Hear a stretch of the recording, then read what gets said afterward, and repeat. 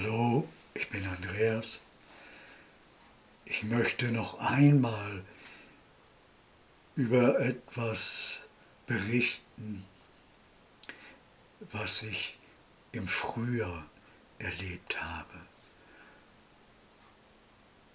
Und ich möchte es gerne nochmal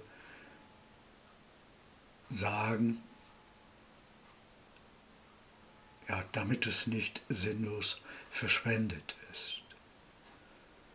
Es hat auch etwas mit dem zu tun, was derzeit wahrnehmbar ist. Man kann, wenn man aufmerksam ist, wahrnehmen, dass sich etwas in dem Raum verändert.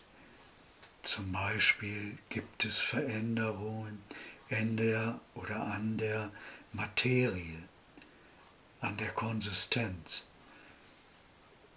Man kann es zum Beispiel, wenn man aufmerksam ist, merken, wenn man Gemüse oder Obst verarbeitet oder zubereitet.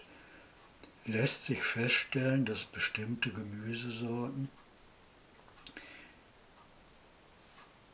ihre Konsistenz verändert haben. Das heißt, sie fühlen sich anders an, sie sind fester oder weniger fest geworden. Mir ist es mal als erstes aufgefallen, zum Beispiel bei Zwiebeln.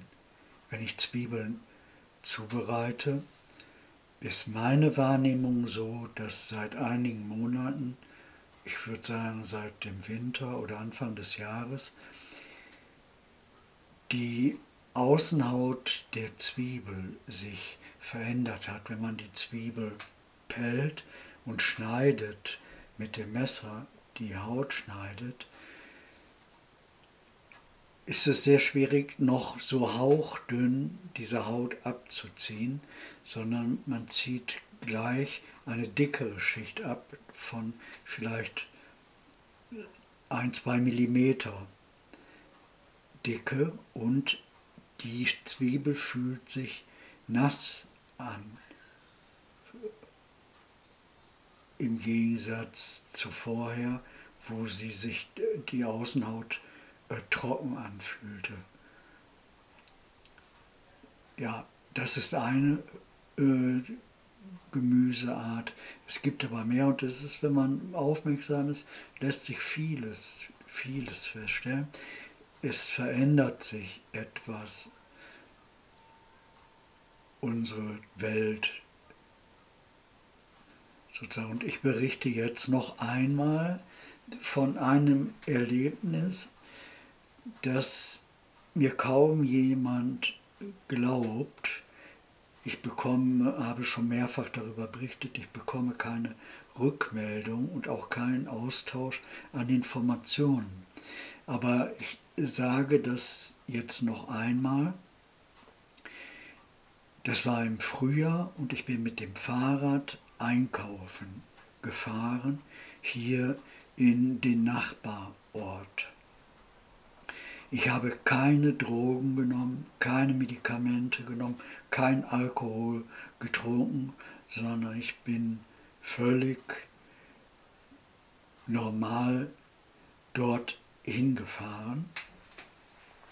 Und als ich von der Hauptstraße runtergefahren bin, es gibt einen Radweg an der Seite, der führt an Kornfeldern und Wiesen entlang und verläuft etwas niedriger als die Straße.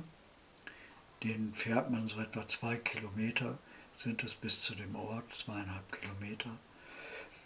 Und ich bin da runtergefahren mit dem Fahrrad und habe gleich 3 Radfahrer überholt. Ich glaube, es waren 3.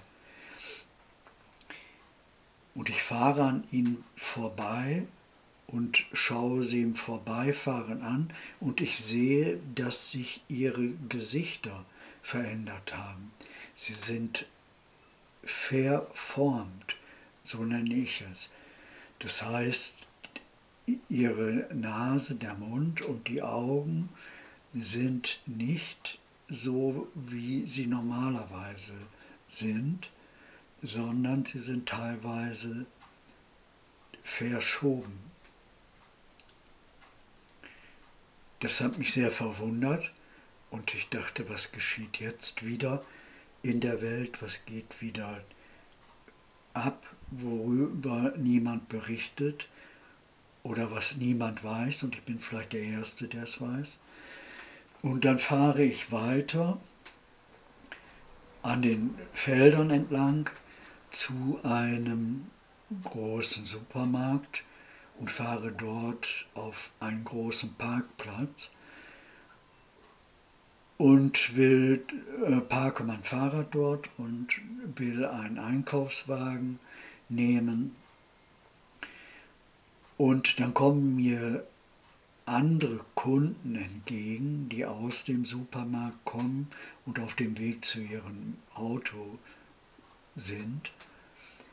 Und beim Teil dieser Menschen sehe ich auch, dass sich das Gesicht verformt hat und teilweise der Körper verformt hat. Es sind Personen dabei, die haben gar keine Nase, ist aber ein normaler Menschenkopf, aber ohne Nase, und sie haben einen Mund und sie haben Augen. Und ich sehe andere, deren Augenlider sind verformt und der Mund ist verformt. Ich sehe manche, da ist die Schulter verformt oder etwas am Arm. Und diese Personen erleben dieses jetzt in diesem Moment, und in diesem Moment, wo sie es erleben, schauen sie sich gegenseitig an, verwundert und selbst fragend, geschieht das tatsächlich, träume ich oder ist das die Wahrheit? Und sie betrachten sich und die meisten lächeln dabei. Sie lächeln sich gegenseitig an. Sie amüsieren sich darüber und finden, es ist irgendwie spaßig. Und ich würde mal sagen, so bei 80% der Personen, die dort herumlaufen auf dem Parkplatz, ist dieses Geschehen, dass sich ihr Körper verformt hat. Und am ersten zu sehen an dem Gesicht. Es sind auch viele, die keine Nase haben. Es ist der Kopf ohne Bart, das Gesicht, der Mund, keine Nase und die Augen. Und sehen teilweise aus wie Alien. Oder wo man halt sich fragt, sind ja keine richtigen Menschen? Oder sind es doch Menschen, die sich verwandeln? Oder sind es Wesen von anderen Planeten sozusagen, die zu Besuch sind? Darüber, als ich in den Supermarkt gegangen bin, ist mir aufgefallen, dass in dem Supermarkt auch viele Personen herumlaufen, bei denen sich etwas verändert hat am Körper, an dem Kopf, an dem Gesicht. Und während ich in dem Supermarkt herumlaufe, fühle ich, dass die Temperatur in dem Supermarkt sinkt, die Raumtemperatur. Und ich würde mal sagen, so innerhalb von einer Viertelstunde sinkt die Temperatur etwa um 10, 15 Grad. Also es ist richtig kühl geworden darin, und auch als ich fertig bin mit dem Einkauf und ich gehe zu der Kasse, spüre ich, dass die Kunden, die dort sind, auch fühlen, dass die Temperatur gesunken ist, und sie schauen sich gegenseitig fragend an. Alle sind ein bisschen verwundert, ich auch, und ich frage mich auch selbst, ob ich träume, ob ich verrückt bin oder ob das wirklich geschieht. Und wie kann so etwas geschehen? Wie kann das sein? Das ist doch unglaublich.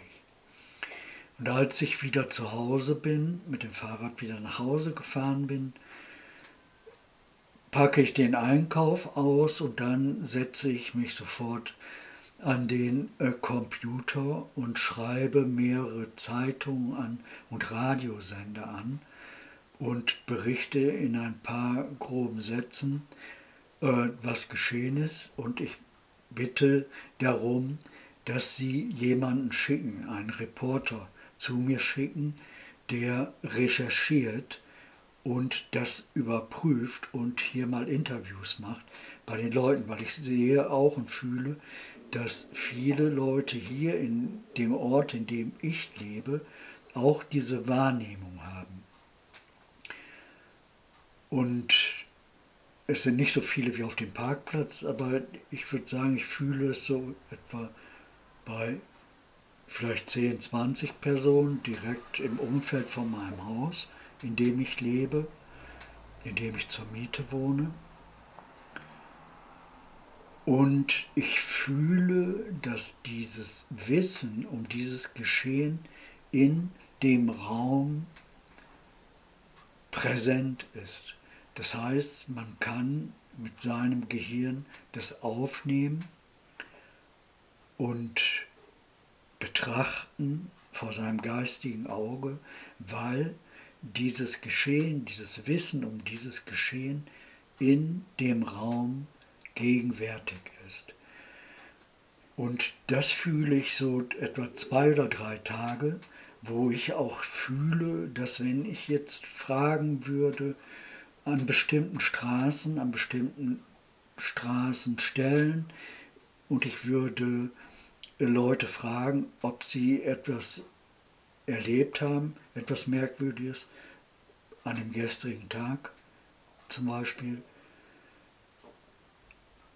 fühle ich, dass viele berichten könnten, ja, tatsächlich, sie hatten nur Angst, darüber zu sprechen, aber jetzt, wo ich sie direkt frage, ob sie gemerkt haben, dass sich die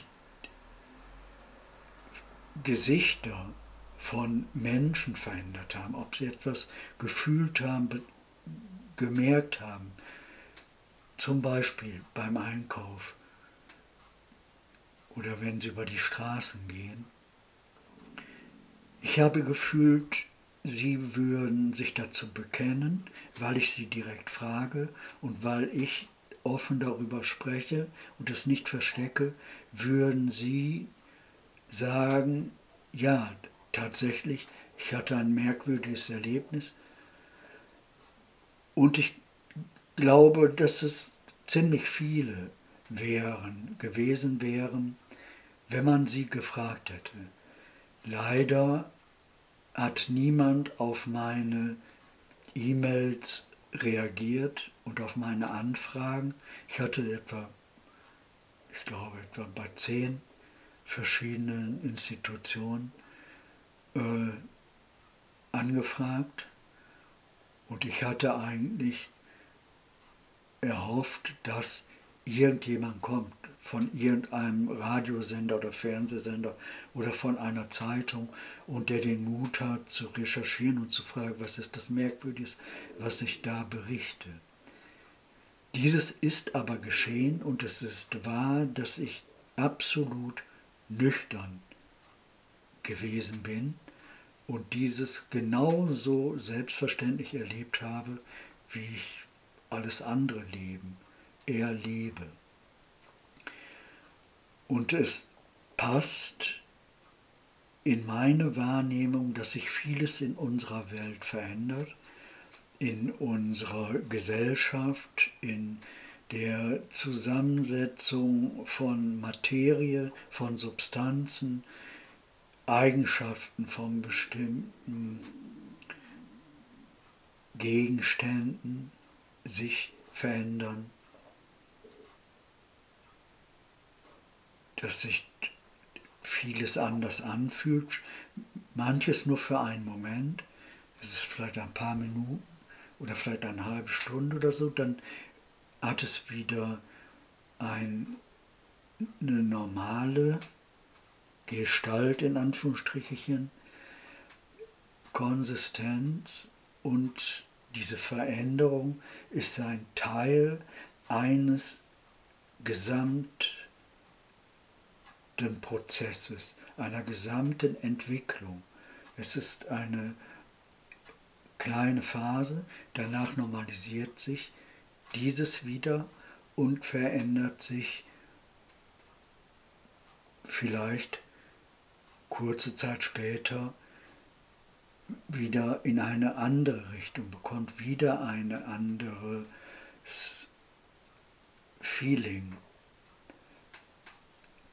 Ja, das ist so passiert. Schade, dass mir niemand geantwortet hat, niemand angefragt hat, niemand berichtet hat, dass er auch Merkwürdiges erlebt hat, merkwürdige Erlebnisse hat.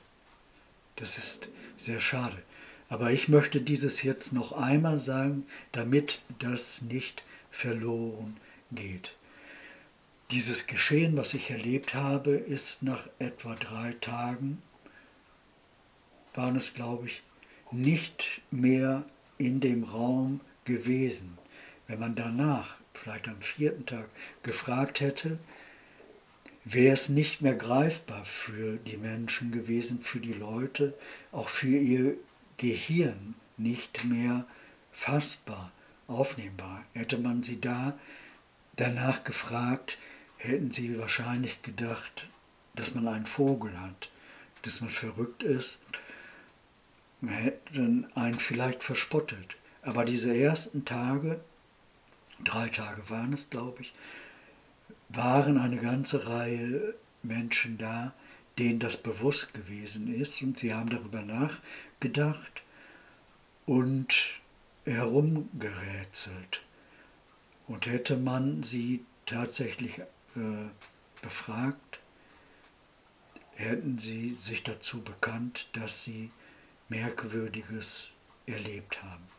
Und ich würde mich jetzt mal freuen, wenn es Menschen gibt, die mir hier antworten und vielleicht auch davon berichten, dass sie etwas Besonderes erlebt haben, etwas, was sie versuchen zu verarbeiten und für sich selbst zu erklären und worüber niemand berichtet. Es gibt kein Medium, das darüber berichtet. Es gibt keine Leute, die darüber berichten. Es gibt keine Wissenschaftler. Es gibt nichts, keine Reporter, die darüber berichten. Ich möchte gerne, dass jetzt mal alle Menschen, die Merkwürdiges erlebt haben, dieses auf den Tisch packen und das öffentlich erklären, öffentlich darüber berichten, damit der Kreis größer wird und wir uns gegenseitig mit Informationen austauschen, weil unsere Welt verändert sich. Man kann das fühlen. Die Strömungen, die Energien verändern sich und sie beeinflussen auch uns. Sie beeinflussen unser Denken, unser Gehirn, unsere Eigenschaften, die wir haben. Manches verändert uns für einen kurzen Moment, anderes für Tage oder für Wochen. Also auch unser Körper verändert sich an unserem Körper. Eventuell nur für einen bestimmten Zeitraum, danach normalisiert sich das wieder, oder aber manches, das bleibt an Veränderung. Ja. Also, liebe Leute, bitte berichtet mal darüber, wenn ihr Sonderbares wahrnehmt, berichtet darüber und schreibt mir bitte in den Kommentaren. Und dann können wir uns unterhalten, darüber diskutieren. dieses passt jetzt auch wieder zu diesem Geschehen, zum Beispiel Corona, was mit dieser ganzen Corona-Diskussion geschieht und in unserer Wahrnehmung von diesem Virus, wie beeinflusst er uns, wie sind wir gewappnet, beeinflusst dieser Virus auch zum Beispiel unser Gehirn, Denkprozesse, Gedanken, die wir haben, Wahrnehmungen, die wir haben. Gibt es so etwas? Geschieht so etwas? Ja, das fände ich schön, wenn wir uns darüber austauschen. So, und ich sage nochmal, ich habe jetzt davon berichtet, weil es verschwendete Lebenszeit von meinem Leben wäre, wenn ich dieses Erleben totschweigen würde, denn ich habe es wahrhaftig erlebt. Es ist meine Lebenszeit gewesen, mein Herzschlag gewesen, mein Denken gewesen, meine Wahrnehmung als Mensch gewesen. Okay? Ja. Ich bin mal gespannt, ob es Rückmeldungen von euch gibt. Danke fürs Zuschauen und Zuhören und ich wünsche dir alles Gute. Ich wünsche dir, der du mir zuhörst, Gesundheit, dass du gewappnet bist, was Corona betrifft. Und wenn du unter einer Krankheit leidest, wünsche ich dir Genesung. Dass ich sagen könnte, du bist gesund. Das möchte ich gerne sagen und das möchte ich übermitteln. Und wir stehen ganz am Anfang einer globalen Veränderung. Ganz am Anfang. Okay? Und jetzt sage ich Tschüss.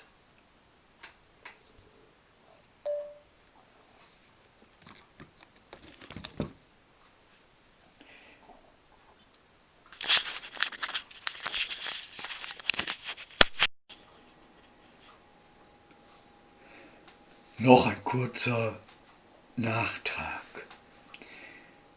Ich habe natürlich auch versucht, mir das zu erklären und ich bin zu dem Standpunkt gekommen, dass wir eine andere Bewusstseinsebene besteigen, quasi. Wir können in eine Parallelexistenz hinüberwechseln, ohne dass wir irgendwelche chemischen Mittel brauchen, ohne Drogen zu nehmen, ohne Alkohol zu nehmen. Wir können von einem Bewusstseinszustand zu einem anderen hinüberwechseln. Und das heißt, dieser neue Bewusstseinszustand, in den wir hinübergleiten können, eröffnet uns auch neue Wahrnehmungsarten und eben auch andere Erlebnisse, neue Erlebnisse. Und dass wir die Dinge anders bewerten. Ja. Also es gibt dieses, dass wir dorthin überwechseln können. Ja, das wollte ich sagen. Okay? Und tschüss.